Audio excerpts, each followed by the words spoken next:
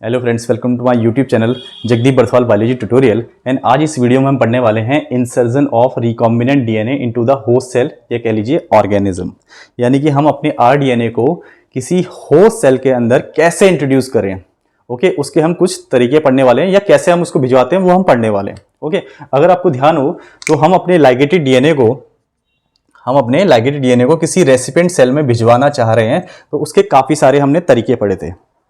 हम जब चाहते हैं कि हमारा जो जीन ऑफ इंटरेस्ट है या हमारा जो लाइगेटेड डीएनए है या हमारा जो रिकॉम्बिनेंट डीएनए है वो किसी होस्ट सेल के अंदर आसानी से पहुंच जाए, तो सबसे पहले हमें उस होस्ट सेल को, मान लीजिए वो बैक्टीरियल सेल है, उसको हमको कॉम्पिटेंट बनाना पड़ता है। तो कॉम्पिटेंट बनाने के काफी सारे मेथड्स हमने पढ़े थे, जिसमें हमारा एक डाइवेलेंट कैटायन का यूज भी था। ओके, कैल्शियम आयन का हमने यूज किया था। तो हम क्या करते हैं, हम होस्ट सेल को यानी कि बैक्टीरियल सेल को और हमारा जो आरडीएनए है या हमारा जो जीन ऑफ इंटरेस्ट है उसको एक साथ लेके आ रहे थे और हमने क्या किया था, डाइवेलेंट कैटायन के साथ उसको ट्रीट करवाया। देन हमने उसको कुछ समय के लिए आइस में रखा।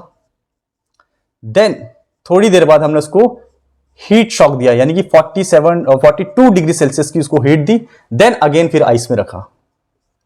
ठीक है, यानी कि आपका जो होस्ट सेल है या जो आपका रेसिपिएंट सेल है यानी कि बैक्टीरियल सेल, उसको पहले तो डाइवेलेंट कैटायन के साथ ट्रीट करवा दिया, यानी कैल्शियम आयन के साथ ट्रीट करवाया। उसके बाद हमने उसको और आपके जो लाइगेटेड डीएनए या जीन ऑफ इंटरेस्ट है उसको थोड़ा आइस में रखा, साथ साथ रखेंगे दोनों को। फिर 42 डिग्री सेल्सियस की हीट दी, यानी हीट शॉक, देन आइस। आपने अगर कॉम्पिटेंट होस्ट वाला टॉपिक पढ़ा होगा तो वहां पे आपको हीट शॉक और इंक्यूबेशन ये वर्ड्स मिलेंगे। ओके, तो ये ट्रीटमेंट देने के बाद क्या होता है, जो बैक्टीरियल सेल वॉल होती है उसमें पोर्स क्रिएट हो जाते हैं और वो सराउंडिंग में जो हमारा रिकॉम्बिनेंट डीएनए पड़ा हुआ है या जीन ऑफ इंटरेस्ट पड़ा हुआ है उसको आसानी से एक्सेप्ट कर लेता है। ओके, सो इस तरीके से हम किसी भी होस्ट सेल को कॉम्पिटेंट बनाते हैं। चलिए मान लीजिए ये जो मैंने रेड कलर में दिखाया हुआ है ये हमारा जीन ऑफ इंटरेस्ट है। ओके, अब मैं चाह रहा हूं इस बैक्टीरियल सेल के अंदर इंट्रोड्यूस हो जाए। ये बैक्टीरियल सेल, इसी को मैं होस्ट सेल या रेसिपिएंट सेल भी कह रहा हूं। ओके, क्यों भिजवा रहा हूं इस जीन ऑफ इंटरेस्ट को, ताकि इसके अंदर जाके ये अपनी कॉपीज बनाएगा और आगे जाके जब रेप्लिकेट करके ये मेरे लिए यूजफुल प्रोडक्ट बना के देगा। तो इसको मैं बैक्टीरियल सेल में भिजवाना चाहता हूं तो सबसे पहला काम ये करना पड़ेगा, मुझे इसको किसी वेक्टर के साथ जोड़ना पड़ेगा और वो वेक्टर मेरा होता है जनरली प्लास्मिड। प्लास्मिड आप देख रहे होंगे, ये मैंने सर्कुलर स्ट्रक्चर बनाया हुआ है, इसको हम एक्स्ट्रा क्रोमोसोमल सर्कुलर डीएनए भी कहते हैं। तो सबसे पहले मुझे इसको काटना पड़ेगा। क्यों काटना पड़ेगा, ताकि इसके लिए जगह बन पाए।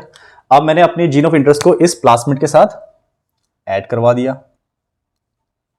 ठीक है, अब मेरा जीन ऑफ इंटरेस्ट इस प्लास्मिड के साथ ऐड हो गया या इस वेक्टर के साथ ऐड हो गया। अब मैं इसको भिजवाने वाला हूं बैक्टीरियल सेल के अंदर। तो यही मेरा लाइगेटेड डीएनए कहलाएगा। अब लाइगेटेड डीएनए का मतलब क्या होता है, लाइगेशन का मतलब क्या होता है, आप चिपका रहे हो, जोड़ रहे हो। ठीक है, आपको होता है जब मैंने इसको काटा तो मैंने इसको रेस्ट्रिक्शन एंडोन्यूक्लियस से कटवाया होगा, और जब मैं दो डिफरेंट डीएनए को आपस में जोड़ता हूं तो मैं डीएनए लाइगेस एंजाइम का यूज करता हूं। तो यहां पे डीएनए लाइगेस एंजाइम का यूज हुआ, इसलिए इसको मैंने लाइगेटेड डीएनए कह दिया। उसके बाद मैं इसको इस बैक्टीरियल सेल में इंट्रोड्यूस करवा दूंगा, इसको कॉम्पिटेंट बनाने के बाद। अब मान लीजिए कि मेरा जो आरडीएनए है, ये मेरा जो रिकॉम्बिनेंट डीएनए है, ठीक है, इसमें प्रेजेंट है एक एंटीबायोटिक रेजिस्टेंस जीन। क्या है, एक एंटीबायोटिक रेजिस्टेंस जीन प्रेजेंट है, यानी कि ये जो जीन था ये एंटीबायोटिक रेजिस्टेंस था। और एंटीबायोटिक रेजिस्टेंस कौन सा वाला, एम्पिसिलिन। एम्पिसिलिन आपको पता है एंटीबायोटिक है, तो ये वाला जीन एम्पिसिलिन के लिए रेजिस्टेंस या कह लीजिए एंटीबायोटिक रेजिस्टेंस जीन है, किसके लिए, एम्पिसिलिन के लिए। ओके, सो इसको मैं भिजवा रहा हूं इस बैक्टीरियल सेल के अंदर, यानी कि मान लो ये ई कोलाई है। अब जो ई कोलाई होता है, ई कोलाई क्या होता है, ई कोलाई में एंटीबायोटिक रेजिस्टेंस प्रेजेंट नहीं होता है। ओके, लेकिन जब हमने अपने जीन को इसके अंदर भिजवा दिया प्लास्मिड के साथ, मेरा जब ये जीन ऑफ इंटरेस्ट पहुंच गया इस बैक्टीरियल सेल के अंदर, तो होगा क्या, जब ये रेप्लिकेट करेगा, अपनी कॉपीज बनाएगा, तो अल्टीमेटली ये जो बैक्टीरियल सेल है या कह लीजिए जो ई कोलाई है, ये भी ट्रांसफॉर्म हो जाएगा किसमें, एंटीबायोटिक रेजिस्टेंस सेल में। यानी कि लास्ट में ultimately we can say E coli भी एंटीबायोटिक रेजिस्टेंस बन जाएगा। पहले ये एंटीबायोटिक रेजिस्टेंस नहीं था, ई कोलाई पहले एंटीबायोटिक रेजिस्टेंस नहीं था, लेकिन जब हमने अपने जीन ऑफ इंटरेस्ट को वेक्टर के साथ जोड़ के इसमें इंट्रोड्यूस कराया तो ये भी आगे जाके एंटीबायोटिक रेजिस्टेंस बन गया। ओके, अब जब हमारा बैक्टीरियल सेल एंटीबायोटिक रेजिस्टेंस बन गया है, ये तो हम कह रहे हैं, लेकिन पता कैसे करें कि यार ये एंटीबायोटिक रेजिस्टेंस बना है कि नहीं बना है? तो वो बैक्टीरियल सेल जिनके अंदर हमारा एंटीबायोटिक रेजिस्टेंस जीन पहुंच गया है उनको हम ट्रांसफॉर्म्ड सेल कहेंगे, और वो बैक्टीरियल सेल जिनके अंदर हमारा एंटीबायोटिक रेजिस्टेंस जीन यानी कि एम्पिसिलिन वाला वो नहीं पहुंचा है उसको हम नॉन ट्रांसफॉर्म्ड कहेंगे। तो मुझे जब ये पता करना है कि जो बैक्टीरियल सेल है वो ट्रांसफॉर्म्ड हुआ है या नहीं हुआ है, उसके लिए मैं अगर प्लेट का यूज करूंगा। अगर प्लेट क्या है? अगर प्लेट आप मान लीजिए एक ऐसा मीडियम, ओके, जिसमें वो सारी चीजें मौजूद हो जिससे जो बैक्टीरियल सेल है वो आसानी से डिवाइड हो पाए या ग्रो हो पाए। ओके, अब मैंने अगर प्लेट जो है उस अगर प्लेट में मान लीजिए मैंने क्या कर दिया, आपका एम्पिसिलिन डाल दिया। क्या डाल दी? एम्पिसिलिन डाल दी। ओके, इस अगर प्लेट में मैंने एम्पिसिलिन डाली है। ओके, अब मैं सारे जो भी मेरे पास सैंपल है, बैक्टीरियल सैंपल है, उसको मैं इसमें इंट्रोड्यूस करने वाला हूं। सो मैंने इसमें बैक्टीरिया डाल दिए, मान लो एक ये डाल दिया, एक ये डाल दिया, एक ये डाल दिया, एक दो मैं अलग से दिखा देता हूं। मान लो एक ये है और एक ये है, और इन दो को हम ये जो रेड कलर से दिखा रहे हैं, हम ये दिखाना चाह रहे हैं कि ये वो बैक्टीरियल सेल है जिनमें हमारा एंटीबायोटिक रेजिस्टेंस जीन, कौन सा? एम्पिसिलिन वाला एंटीबायोटिक रेजिस्टेंस जीन प्रेजेंट है। तो मैंने जब इस अगर प्लेट में, ये मेरी क्या है? ये मेरी अगर प्लेट है, ठीक है।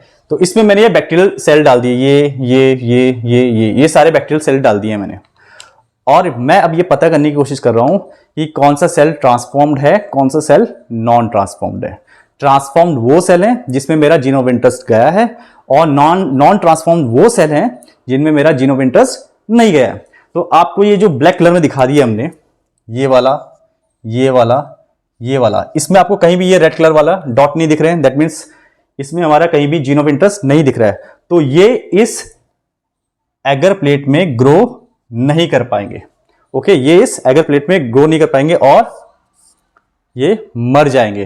तो इनको हम कहेंगे कि भैया ये अनट्रांसफॉर्म्ड, ठीक है, रेसिपिएंट सेल थे, क्योंकि इनमें हमारा जीन ऑफ इंटरेस्ट यानी हमारा एम्पिसिलिन वाला जीन तो गया ही नहीं।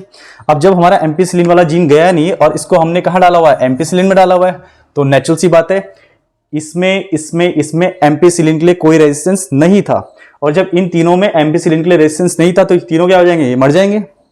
लेकिन जो लास्ट के दो दिखा रखे हैं इनमें हमने ये रेड कलर में दिखाया हुआ ये और ये, दैट मीन्स ये दोनों ही में ही हमारा एम्पिसिलिन रेजिस्टेंस प्रेजेंट है। तो इनमें जब हमारा एम्पिसिलिन रेजिस्टेंस प्रेजेंट है तो इसको हम क्या कहेंगे? ट्रांसफॉर्मेंट्स कहेंगे, और ये दोनों ही ग्रो करेंगे, ये दोनों ही ग्रो करेंगे और अपनी कॉलोनीज बनाएंगे।